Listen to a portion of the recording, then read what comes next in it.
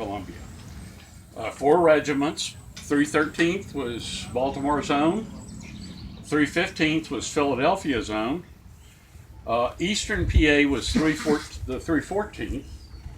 And then the 316th was the Central Pennsylvania. And by the way, there is the one that I wrote about, the soldier, was a man named Ira Lady. And Ira was from Biglerville. And I think the American Legion Post was named for him, if I'm not mistaken. Some of these guys were in the Army only 3 months. And that's the reason they put them in a subordinate position. And the people they were subordinate to was this division, a regular Army division, superior to National Guard and National Army units, many veterans. They had been active in fighting in France for years, for several months, I beg your pardon. And they knew how to operate. So the Army felt that they could dash up the right flank and cut in behind the butte, force it to surrender, and the 79th wouldn't have to take the butte. So what happened? The 4th bypassed Montfaucon. As I told you, Bullard, by the way, it's significant that I tell you this. His full name is Robert E. Lee Bullard. And he really had taken his cues from the dashing cavalrymen of the Confederate Army. And he thought that all you had to do is just keep your troops going straight, and that would be it. And he disobeyed orders. He rewrote the orders that he had gotten from Pershing and from his staff and kept on going. He knew that the person who drove the farthest on the day of battle would be given the greatest kudos, and he thought he could capture those. The Americans units were slowed on the battlefield by all of the German artillery, and reinforcements were brought up to stall the Meuse-Argonne offensive. What happened? There is Montfaucon. You can see it was quite a little town up on top before all the artillery started to fall on it. There was no support from Bullard's 4th Division. The 313th, the group from Baltimore, had to take it with a frontal assault, followed by the 316th. And about 1,500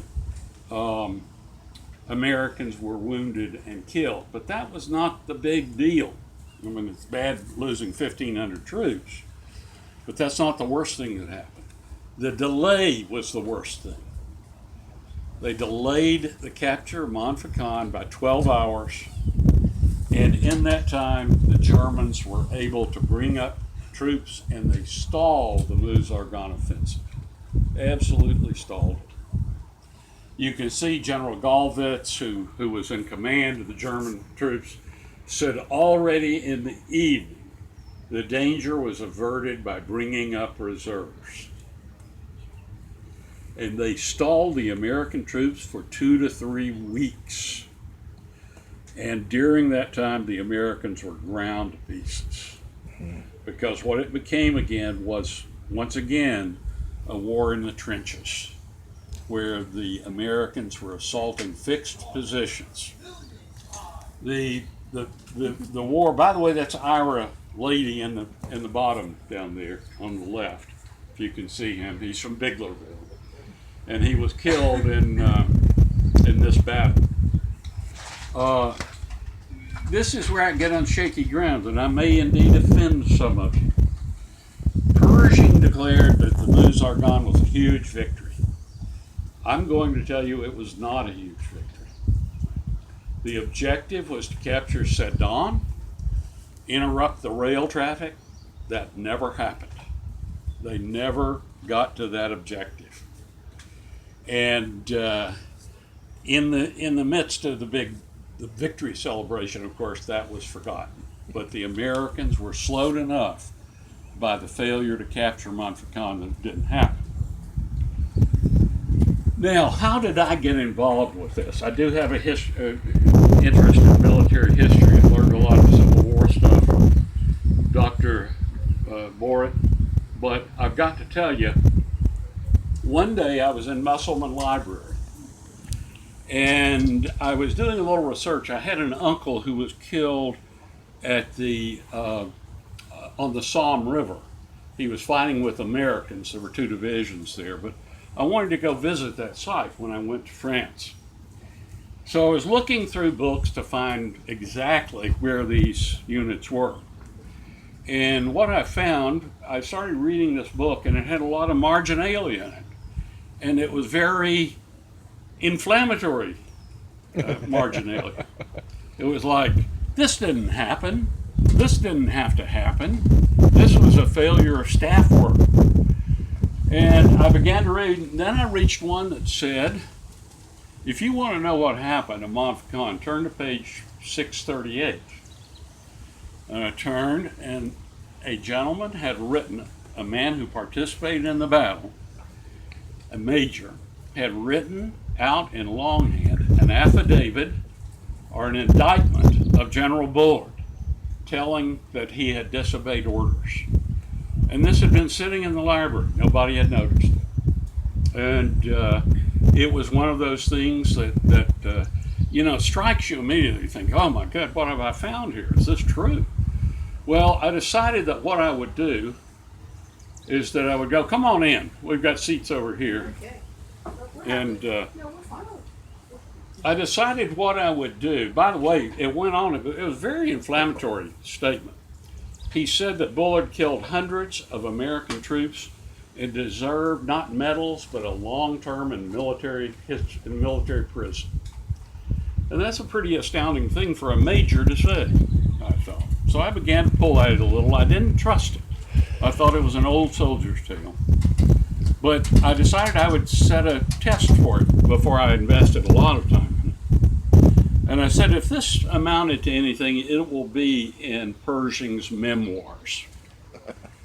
And lo and behold, I went to Pershing's memoirs, and it was mentioned. The incident was mentioned in a very low-key way, very low-key way. So I thought, well, maybe I should keep looking. The man who wrote the marginalia was a Pittsburgher. He got a bachelor's degree from Harvard in '04. And by the way, he was in the same class as Franklin Roosevelt. He went to law school for a year before it became too boring to him, and he left and went back into business in Pittsburgh. Even though he was over age and he was exempt because he had a child, he volunteered. He had gone through an officer training corps at Plattsburgh. He was assigned to the 79th Division. He was captured by the Germans late in the war, shot 4 times with a German machine gun, and he was awarded the Distinguished Service Cross and the Legion of Honor from France. He was obsessed with Bullard. After the war, he went to Los Angeles, became a very wealthy land developer in the big boom. But he was obsessed. He had his personal library, and he kept going after this. So as more I found, and by the way, he had donated his books to a friend whom I believe Gabor was a history professor, who then donated them to the library. And his whole collection is over there. Now, here's the way I unraveled the mystery. I had the Parkin affidavit. I saw the Persian memoirs. I then started visiting places like the Library of Congress, probably have been 50 times, to the National Archives, and gone through all of the operational records. And if you have any interest in this, and you haven't been to the National Archives, you've missed a rare treat. There's some very, how shall I say, interesting people to help you there. And they provide a little help, but they also are pretty difficult to work with. So you'll see if you ever go there. You'll find out very quickly. I found a lot of memoirs. I found papers in other libraries. And Jan and I, my wife and I, did a lot of trooping through the battlefield. up and down, probably 10 trips to the battlefield. Now, I want to tell you, here's where Eisenhower comes in at one point. Pershing was no writer. And people wanted him to write his memoirs, but they were so dull when he produced them that people said this is never going to be published. So he took some of his junior officers in the 30s and said, you got to help me write this. One of them was Dwight Eisenhower. And Dwight Eisenhower, as a young major, helped him write his memoirs, including the part about the Meuse-Argonne. I went to the Library of Congress and found that Eisenhower had written it honestly. And he said, the 4th Division failed to turn Montfaucon on the first day. And this is in a typescript. I found the typescript of the book. In Pershing then, to protect General Bullard, had taken his ink pen, had marked that out, and substituted the vague language down below through some misinterpretation of the orders of the First Army. The opportunity to capture Montfaucon that day was lost. Doesn't even say what division had done. Do you see what I'm getting at? I don't know whether you've ever heard of this, maybe some of you have, but there's a legendary outfit called the West Point Protective Association. And the West Point Protective Association came into play. Bullard was the commander of Pershing's plebe company at West Point. They were friends from long ago, and Pershing protected him. Now, after the war, a general named Ewing Booth, and that is he was with the 4th Division, and he knew the truth about all these things. And he was teaching at Leavenworth, U.S. Staff and General Command and General Staff College in Leavenworth, Kansas. And he heard General Drum, Drum was Pershing's chief of staff. He heard Drum say, we could have had a bigger victory in the Meuse-Argonne if the 4th Division had supported the 79th attack. And this guy who had known that Bullard had changed the orders, and then he failed to follow up on a couple of opportunities to help out, he went crazy. He said, look, I know what happened. And he began to collect the recollections of generals that he had served with, put them in a huge file, and that file now resides in the National Archives. It's kept where you or I would never find it. That's the truth. It's kept in the administrative records back in the back. It's not available to the public. Booth spent 20 years researching this, getting statements from the generals of the 4th Division, and he started to close in on the culprit. At one point in his career, and he still had a career to go, you know, and he wanted to be a general. He had been a brigadier in France, and he wanted to get his stars back, of course. What happened? His friends started to call him and say, listen, you're getting a reputation of being a maverick. You're causing too much trouble. And he wrote one of them and said, I'm going to push this thing to a solution now while we are all still alive and remember the instances. I don't want our grandchildren to cuss us out for being responsible for the failure of the 3rd and 5th Corps to reach the Army objective September 26th, just as we cuss out our ancestors for similar features in the Civil War. He knew what had happened, and he demonstrated it in this file of letters. He talked to a guy, got a letter from the chief of staff for General Bullard. And the chief of staff wrote Booth back and said, The General Bullard had a different interpretation of the orders. Now, I just copied out the original order was the 3rd Corps, that's the 4th Division, is in that corps, will turn Montfaucon and the section of the hostile 2nd position within the zone of action of the Corps. Now, that means they would come over the line and do that.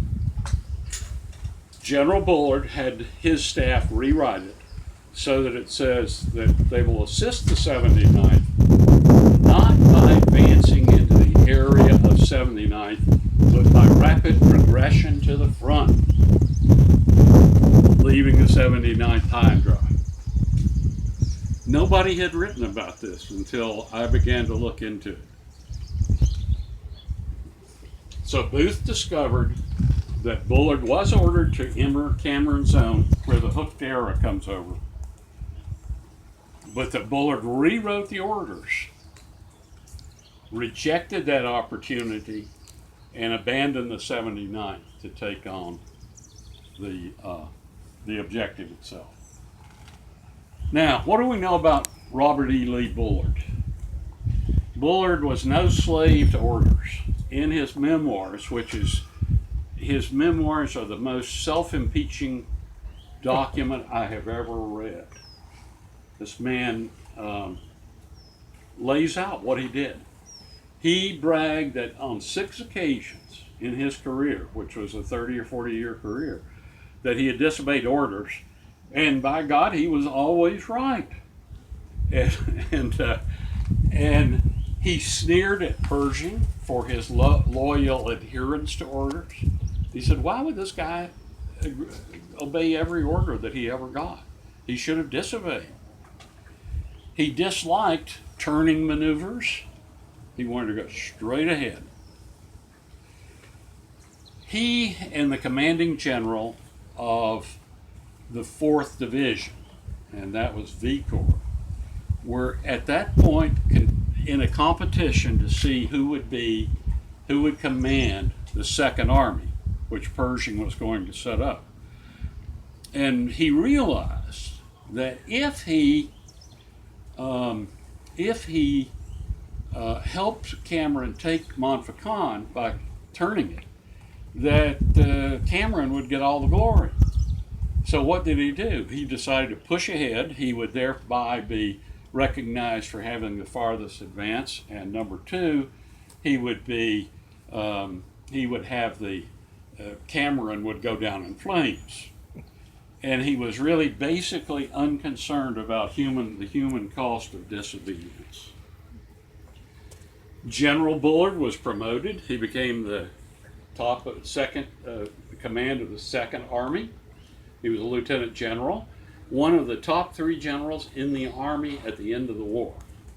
There was one other lieutenant general and Pershing, and that was it. He became, after the war, he was given a command of the Eastern Division at the island. What is that island that's in the middle of New York Harbor? Roosevelt? No. No, where the Army was. Ellis? No. Governors? Governor's Island. Governor's Island. And then he retired, and he became and this is so similar to what we see today.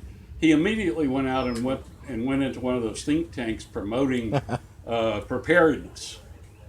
And in that post, the National Security League, he warned about radical professors.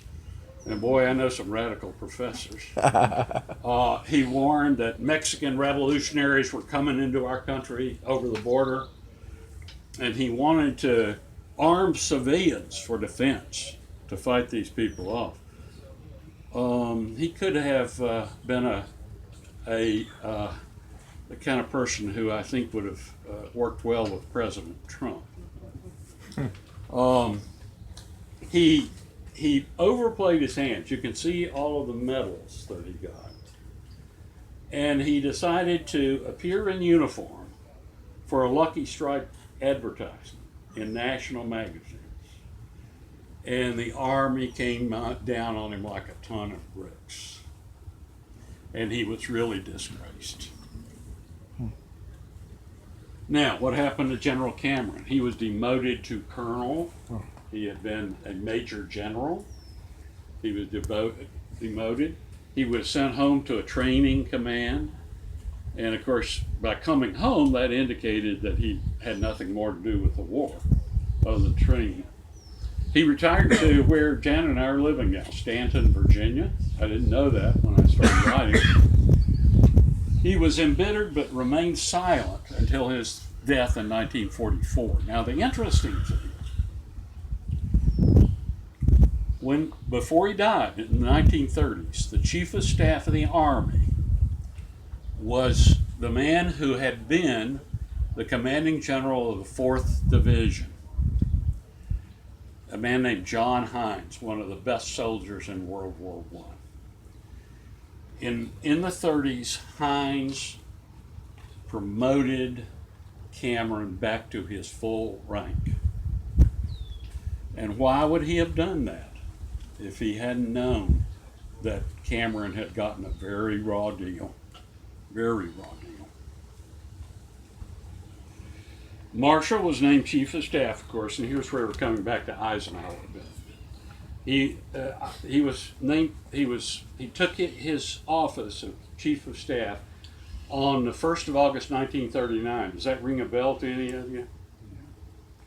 The day Hitler invaded Poland. So, I'm sorry, you're right, September. I'm sorry. Yeah, a month before that. You're quite right. His primary task, he saw it, was to select the officers who would be the officers who would command the Army in World War II. Marshall had a ringside seat to see what had happened in World War I. And he had kept a list of people that he thought had done well, and he knew very well who had done poorly. He had several characteristics that he wanted his commanders to have. And here they were. He did not want brawlers or adventurers like Jeb Stuart and Stonewall Jackson.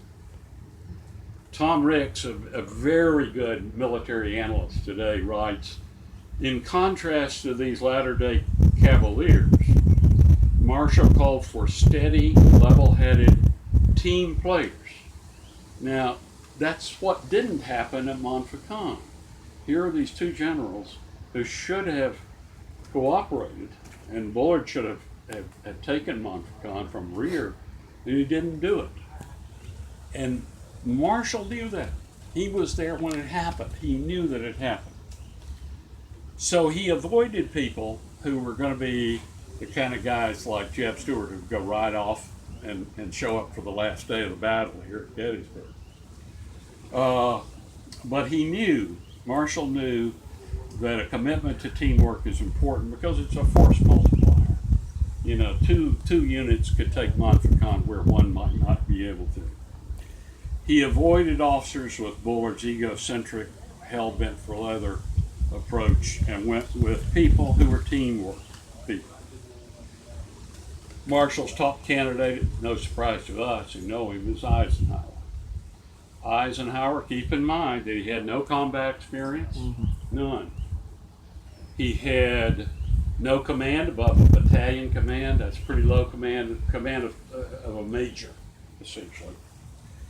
But in his staff positions, he had proved capable of creating teamwork and cooperation. Marshall promoted Ike to general very quickly after he took office. And then in 1942, he named Ike to lead the European field. Now, what did Ike do? And you all know this. He maintained a multinational force that won the victory in Europe. That's a huge achievement. And if you read Ike's letters, you know how much he had to plead and beg and inspire to get people to stay together. He worked with the most difficult generals, Montgomery, Patton, de Gaulle, and kept them somehow working toward the same objective. And then one of the things that I think Ike said that says so much about his leadership is there are no limits to what you can achieve if you give other people the credit. And of course, that was it. And that's why we think of him as running the invisible hand, the presidency, in a very effective way. And I think we're sitting here across from the house that housed this man and was such a magnificent leader of this country. Now, what happened after the war at Montfaucon? You might know Pershing became head of the American Battle Monuments Commission. He had the biggest tower, it's 225 feet tall. It's the principal place for recognizing the American Expeditionary Force in France. And he had it put on Montfaucon. Now, Montfaucon was not the scene of a huge victory. It was the scene of a debacle. But my thesis is that Pershing put it there to hide the debacle. It's hidden in plain sight, and it's got a big monument on it. Now, there are other people whom I've dealt with at other battlefields, by the way, who tell me that happened on the battlefield. I knew the historian of Chickamauga, and he said there are a lot of things like that at Chickamauga. The 79th assault on Montfaucon was not mentioned. The 79th was not allowed to put a memorial on top of Montfaucon. Pershing tried to get the French to tear down one of the monuments that they did put up in another place, and really tried to cloud what had happened to the 79th Division. So I asked, does the monument celebrate victory or does it mask a debacle? And that is a question. Harry Parkin became a successful land developer. He was head, by the way, of a battalion in the 316th, and he was commanding officer of Ira Lady. Ira Lady was killed in the same battle that Harry Parkin was shot. He was awarded a DSC, but his grandson tells me that he never had a good day after the war. He began to drink heavily and drank himself into an early grave. The irony is he lived less than 1 mile in Hollywood from General Booth, who knew the truth about this battle, but they never met. And Parkin went to his grave not knowing the truth about what happened at Montfaucon. And this is the story that's in this book. And I understand that there are copies for sale, but you don't need to buy one. You've heard the whole story right here. One of the reviewers said it's a combination murder, mystery, military history, and it does. After I got wind of what was going on with General Bullard, I must admit, track him down pretty well, I think. So that's it. Thank you.